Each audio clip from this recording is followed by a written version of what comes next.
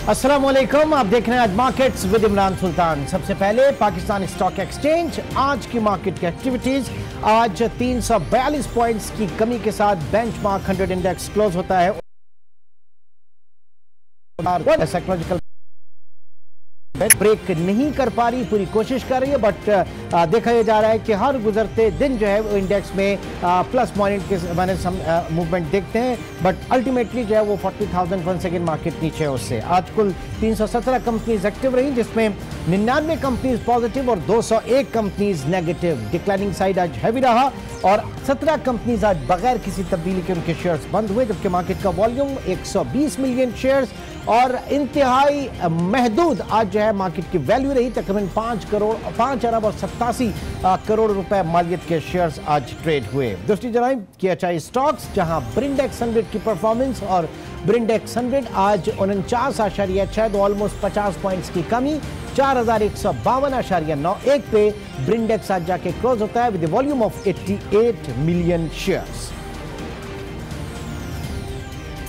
अब जाहिर है कि जब हम इकोनॉमी की बात कर रहे हैं उसमें कुछ अच्छी खबरें भी हैं, कुछ ऐसी खबरें भी हैं जो इस वक्त इकोनॉमी को हर्ट कर रही हैं, और इसी हर्ट करने की वजह से हम देख रहे हैं कि जो ट्रू रिफ्लेक्शन ऑलमोस्ट जो है आपकी इक्विटी मार्केट में भी देखा जा रहा है। उसके ऊपर भी बात करेंगे, लेकिन उससे पहले चलते हैं आज की टॉप बिजनेस स्टोरीज की तरफ।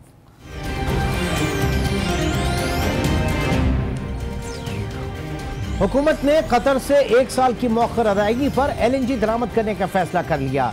इस वक्त पाकिस्तान सालाना 4 अरब डॉलर की LNG दरामद कर रहा है, लेकिन बैलेंस ऑफ पेमेंट में मुश्किलात और रुपए पर दबाव की वजह से उधार पर गैस खरीदारी का फैसला किया गया है। माली मुश्किलात के पेश नजर सऊदी अरब और मुत्तहदा अरब इमारात भी 6 अरब 40 करोड़ डॉलर का तेल मौखर अदायगी पर देंगे। पाकिस्तान आलमी मालियाती फंड से कर्जा लेने के बजाय दीगर जराए से ज़र मुबादला के ज़खायर बढ़ा रहा है। अफ्रीकी बैंक के माहिर मुआशियात जिब्रान कुरैशी का कहना है कि IMF का पिछला प्रोग्राम खत्म होने के बाद पाकिस्तान की जानिब से नए कर्जे के लिए कोई खास इशारे नहीं मिल रहे। कर्ज की अदायगी के लिए हुकूमत IMF से कर्जा लेने पर गौर कर सकती है, लेकिन इस हवाले से कोई खास पेशरफ्त नहीं की जा रही। पाकिस्तान के ज़र मुबादला के ज़खायर 7 अरब 90 करोड़ डॉलर हैं। हुकूमत दीगर वसाइल से ज़र मुबादला में इजाफे के लिए कोशां है।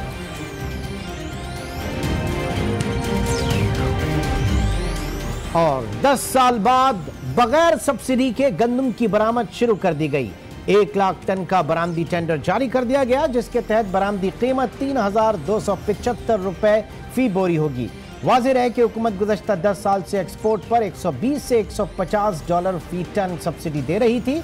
मजमूई तौर पर 5 लाख टन गंदम एक्सपोर्ट की जाएगी।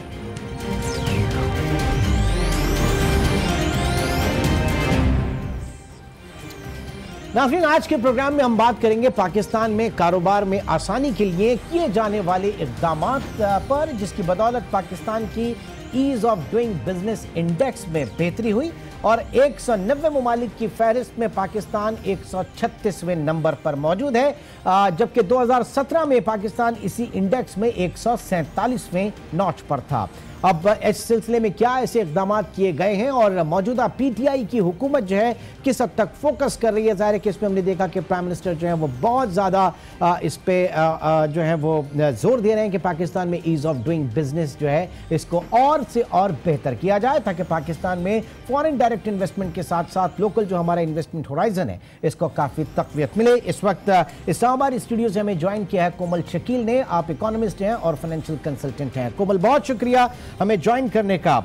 सबसे पहले जानना चाहेंगे ऐसे क्या इक़दाम पाकिस्तान में इस वक्त किए गए हैं ईज ऑफ डूइंग बिजनेस के हवाले से, जिसकी बिना पे आप समझती हैं कि जो इस इंडेक्स में पाकिस्तान की पोजीशन जो है वो कदरे बेहतर हुई, और कितने कितने साल पहले से ये इक़दाम किए जा रहे थे? शुक्रिया Imran, thank you for having me on the show. सबसे पहले तो मैं पूरी कौम को मुबारकबाद देना चाहती हूँ कि हमने 11 पॉइंट्स से जो है इम्प्रूव किया है। We are now at 136 amongst 190 countries in the world. लेकिन before we celebrate too much मेरे ख्याल में ये ज़्यादा समझने की ज़रूरत है कि इसके पीछे जो इक़दामात हैं या जिस किस्म के रिफॉर्म्स हुए हैं वो किस नौइयत के हैं और जिस पैरामीटर में हम इस रैंकिंग को समझें वो भी इम्पॉर्टेंट है। मैं थोड़ा सा मेथडोलॉजी के ऊपर बात करना चाहूँगी बिकॉज हम जो है जैसे हम अपनी क्रिकेट टीम के साथ करते हैं ना, जीत जाते हैं तो बहुत ज़्यादा, फिर उनकी वाह वाह, और अगर हार गए तो बहुत ज़्यादा। तो इस चीज़ को देखने की ज़रूरत है कि at the end of the day कुछ टेक्निकल एलिमेंट्स हैं जो इस रैंकिंग को जो रैंकिंग में फीड करते हैं। तो दो चीज़ें हैं देखने वाली ईज ऑफ डूइंग बिजनेस के हवाले से। एक, इस जो रिपोर्ट है ये वर्ल्ड बैंक की तरफ से आती है, 90 ममालिक का डेटा इसके अंदर है और उनकी रैंकिंग्स होती हैं। दो चीज़ें इसके अंदर हैं जो कि देखने के जिनको देखना ज़रूरी है। एक तो है distance to frontier score, it's called the DTF, और दूसरा रैंकिंग है। जो डिस्टेंस टू फ्रंटियर स्कोर है जो टेक्निकल पॉइंट ऑफ व्यू से देखा जाए तो उसको देखना ज़्यादा ज़रूरी है क्योंकि वो आपकी पास्ट परफॉर्मेंस और आपकी करंट परफॉर्मेंस का एक मेजर है। जो रैंकिंग है वो आपकी परफॉर्मेंस पे तो मुनहसर है ही, लेकिन वो दूसरे मुल्कों की परफॉर्मेंस के ऊपर भी बेस्ड है। तो अगर हम लेट्स से पाकिस्तान ने बहुत ज़्यादा रिफॉर्म्स किए हैं, बहुत ज़्यादा इक़दामात किए हैं, लेकिन किसी और ने हमसे ज़्यादा कर लिए हैं और ममालिक में ज़्यादा तेज़ी से रिफॉर्म्स हुए हैं, तो उनकी रैंकिंग हमसे ऊपर चली जाएगी। तो इस वक्त जो है हमने 11 पॉइंट्स जो जिस तरह से इम्प्रूव किया है, ये कोई छोटी बात नहीं है, बड़ी बात है। लेकिन ये कि एक साल में नहीं हो गया, ये इसके पीछे एक तवील अरसा है मेरे ख्याल में। अगर क्योंकि मैं इसके अंदर इन्वॉल्व थी हुकूमत के लेवल पे भी रिफॉर्म्स पुश फॉरवर्ड करने के लिए, तो ये 2015 से ये प्रोसेस शुरू हुआ था, पिछली हुकूमत में शुरू हुआ था। लेकिन मुझे बहुत खुशी है कि 2015 से ये रिफॉर्म प्रोसेस शुरू हुआ, पिछली हुकूमत इसके ऊपर काम करती रही, नून लीग की हुकूमत, और अब हम उसके समरात देख रहे हैं। जी, उसके साथ बिल्कुल देख रहे हैं। और अभी मुझे बहुत खुशी है इस बात की कि जो मौजूदा हुकूमत है उसका भी फोकस इस पर बहुत ज़्यादा है। लेकिन यही बात है कि इसको हुकूमतों में नहीं डिस्ट्रीब्यूट कर सकते कि किसको क्या क्रेडिट, किसने क्या काम किया। ये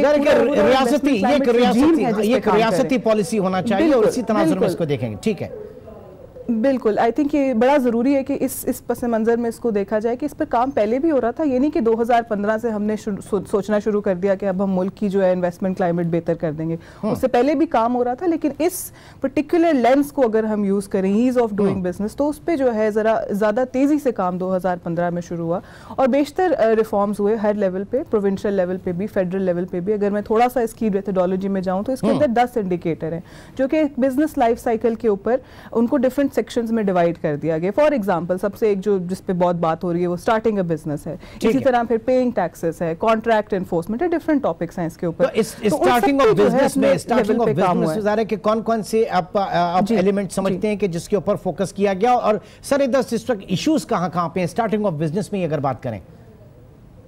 जी, स्टार्टिंग ऑफ बिजनेस में अगर बात करें तो अभी जो रीसेंट रिफॉर्म है वो तो मेरे ख्याल में बड़ा छोटा सा है। अगर हम इनको बहुत अलग अलग करके देखेंगे तो बड़े कॉस्मेटिक रिफॉर्म्स आपको लगेंगे कि इसमें क्या बड़ी बात हो गई कि अगर आपने डिजिटल सिग्नेचर इनेबल कर दिया या पिन जो है वो ऑटोमेटिकली जनरेट कर देता है सिस्टम। लेकिन अगर over the course of some years देखें तो आप देखेंगे कि एक जो आम आदमी अगर उसने बिजनेस स्टार्ट करना है तो उसके लिए क्या आसानियां पैदा की गई हैं। सिस्टम्स की ऑटोमेशन की बात हम कर सकते हैं। Cross the board ease of doing business में डिजिटाइजेशन, ऑटोमेशन जैसे रिफॉर्म्स हो रहे हैं जो कि सुनने में बड़ा सिंपल सा साउंड करता है लेकिन मैसिव डिफरेंस क्रिएट करता है एक बिजनेस मैन के। उसका टाइम बच जाता है, उसके प्रोसीजर्स कम हो जाते हैं। तो स्टार्टिंग बिजनेस पे अगर फोकस किया जाए तो उसमें इसी नौयत के रिफॉर्म्स हुए हैं over the past 3-4 years. Online one stop registration system, one stop shop, exactly जी, registration system exactly। तो इस किस्म के रिफॉर्म्स हैं और डिफरेंट टॉपिक्स के अंदर रजिस्टरिंग प्रॉपर्टी में फॉर एग्जांपल आपकी जो लैंड रिकॉर्ड मैनेजमेंट सिस्टम्स हैं उनको डिजिटाइज कर दिया गया है। अच्छा, ये कहां पे हुआ? क्योंकि मैं जब इसको देख रहा था तो उसमें कराची और लाहौर ये दो शहरों के नाम आ रहे थे। क्या इन्हीं दोनों शहरों की बात की गई है पूरे उसमें? अगर हम particularly ease of doing business reform की बात करें तो ये कराची और लाहौर में ही रिफॉर्म्स हुए हैं बिकॉज जो आपकी रिपोर्ट है वो डेटा इन्हीं दो शहरों से कलेक्ट करती है। वर्ल्ड बैंक की जो मेथोडोलॉजी है उसके अकॉर्डिंगली जो दो बड़े आपके कमर्शियल शहर हैं मुल्क में उनका डेटा कलेक्ट किया जाता है। तो वो रिफॉर्म्स भी ऑटोमेटिकली ज़्यादा उस गवर्नमेंट का भी जो है फोकस उन्हीं दो शहरों पर रहा है क्योंकि एक तो ये हमारे बड़े शहर हैं, इनमें ज़्यादा कारोबार होता है। तो मिसाल के तौर पे जो लैंड रिफॉर्म्स की आप बात करें रजिस्ट्री के हवाले से तो वो लाहौर में हुआ, वो कराची में इस हद तक अभी नहीं हुआ उसके ऊपर काम। कराची में भी कुछ काम हो रहा है, कराची में भी काम प्रोसेस पे है, बहुत सारी चीज़ें हो रही है, लेकिन हाँ ज़्यादा मेरे ख्याल में जो बेहतरी आई है रैंकिंग के पॉइंट ऑफ व्यू से भी वो लाहौर में जो डिजिटाइजेशन और ऑटोमेशन हुई है उसके बेसिस पे आई है। ठीक है, अच्छा फिर इसके साथ साथ रिजॉल्विंग इंसॉल्वेंसी जो है ये क्या कहती है, जरा इसके ऊपर भी नजर डालिएगा। मैं आपको अगर मैं इसमें बहुत एक्सपर्ट होने का दावा नहीं करती, लेकिन ये है कि रिजॉल्विंग इंसॉल्वेंसी में हमारी रजीम जो है काफ़ी सारे मुल्कों से बेहतर है। एक प्रोटेक्टिंग माइनॉरिटी इन्वेस्टर्स और एक रिजॉल्विंग इंसॉल्वेंसी। हमारे इसमें ये दो हमारे इंडिकेटर्स हैं जिसके अंदर हमारी डबल डिजिट रैंकिंग है, वरना हमारी जो है ट्रिपल डिजिट रैंकिंग है और टूवर्ड्स द लोअर एंड है, वो 160s और 140s और काफ़ी नीचे। तो इसके अंदर मेरे ख्याल में SECP ने काफ़ी ज़्यादा काम किया, उनकी लीगल जो डिपार्टमेंट्स हैं उन्होंने काफ़ी काम किया, तो उसके लिए उसमें आई थिंक जो इम्प्रूवमेंट है वो जायज़ है और वो एक सॉलिड रिफॉर्म है। इस वक्त जो फॉरेन इन्वेस्टर है जब वो पाकिस्तान में आता है तो वो 4-5 मेजर उसके कंसर्न्स बता दें कि वो क्या होते हैं, और हमारे जो लोकल इन्वेस्टर है चाहे वो एंटरप्रेन्योर्स हमारे ज़ाहिर है कि पाकिस्तान में इतना पोटेंशियल है कि हम कॉटेज इंडस्ट्री भी शुरू कर सकते हैं और कर लेना चाहिए थी हमें, लेकिन वो पनप नहीं पा रही। तो मेन हर्डल्स क्या आप देखते हैं? इमरान, दो तरह के मेरे ख्याल में इस वक्त मार्केट्स एग्जिस्ट करें, लेकिन प्रॉब्लम्स उनके सिमिलर हैं। अब ईज़ ऑफ डूइंग बिजनेस के हवाले से देखा जाए तो ये जो इनका लेंस है वो स्मॉल एंड मीडियम एंटरप्राइजेस पे ज़्यादा फोकस्ड है, लेकिन एट द सेम टाइम मेरा काम इंडस्ट्रियल यूनिट्स के साथ भी, इंडस्ट्री जो लगाते हैं बड़े तजारतकार उनके साथ भी, तो वो प्रॉब्लम्स समवॉट सिमिलर है, जो कि ज़्यादा फोकस करते हैं आपकी बिजनेस रेगुलेशन पे। एक तो बिजनेस रेगुलेशन का कॉन्सेप्ट आ गया कि ये बहुत कॉम्प्लिकेटेड हो जाते हैं, दूसरा ये जो मल्टीपल एजेंसीज हैं उनके साथ इंटरेक्शन करते हुए जो है मतलब मेरे ख्याल से 2-3 दर्जन के करीब एजेंसीज होती है जिनके साथ जो है वो डीलिंग होती है और उसमें करप्शन विंडो दर विंडो करप्शन होती है। तो अब आप समझ रही हैं कि ये काफी इंप्रूव हुआ है सिस्टम।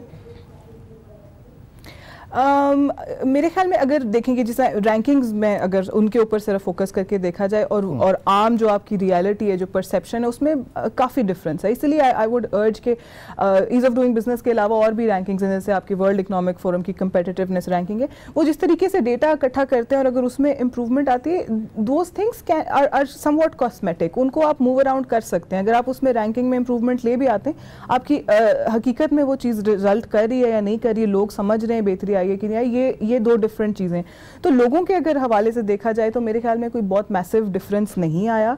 बेशक हमने 11 पॉइंट्स इंप्रूव किया इस पर्टिकुलर चीज में, और वो I think to show to the world it's a very good thing, it's a good reflection that the government is involved in making reforms. जब आप इस इंडेक्स को ट्रांसलेटेड इनटू कोमल, जब आप इस इंडेक्स को देखते हैं तो उसमें बांग्लादेश की पोजीशन क्या है? क्योंकि जब हम अपने एक्सपोर्ट्स को देखते हैं तो हमारा एक एक्सपोर्ट का बड़ा चंक जो है स्पेशली टेक्सटाइल का वो बांग्लादेश की तरफ शिफ्ट हुआ है, कुछ यहाँ से कैपिटल आउटफ्लो भी हुआ ना। उनकी क्या पोजीशन है पाकिस्तान के मुकाबले में ईज ऑफ डूइंग बिजनेस में?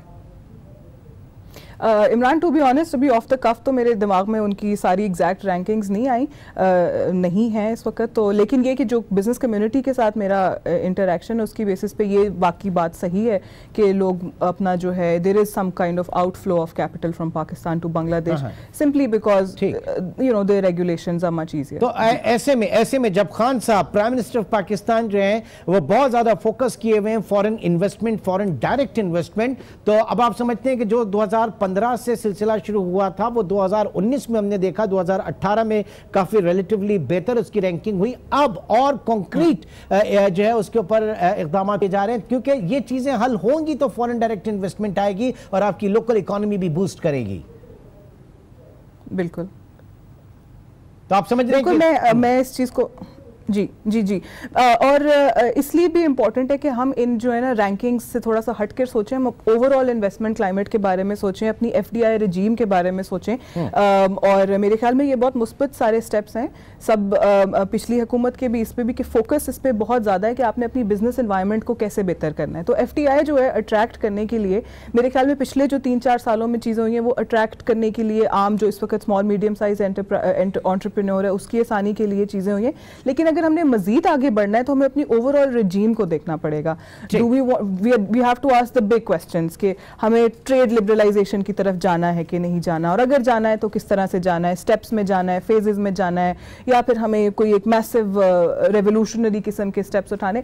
तो मेरे ख्याल में इस वक्त FDI के पॉइंट ऑफ व्यू से अगर आप बात करें तो दो चीज़ें मेरे दिमाग में आती हैं। एक तो ये कि अक्रॉस द बोर्ड ये जो वन स्टॉप शॉप्स का कॉन्सेप्ट है, इसको तो definitely we need to make sure कि वो अपनी स्पिरिट के अंदर द ट्रू स्पिरिट वो फंक्शनल हो जाए। दूसरा, आफ्टर केयर सर्विसेज के बारे में हम अभी तक नहीं बात कर रहे, ना हम सोच रहे हैं। हम ये नहीं देखते कि एक दफा इन्वेस्टर आ गया तो उसको यहाँ पर रिटेन कैसे करना है, बिकॉज बहुत सारी चीजें हैं, बहुत सारी चीजें इसमें बात की जा सकती हैं, बट अनफॉर्चुनेटली प्रोग्राम में वक्त की कमी जो है वो इस वक्त आड़े आ रही है।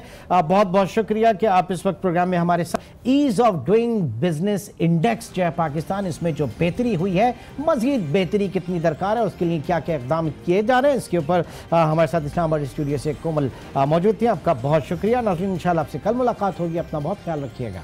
अल्लाह।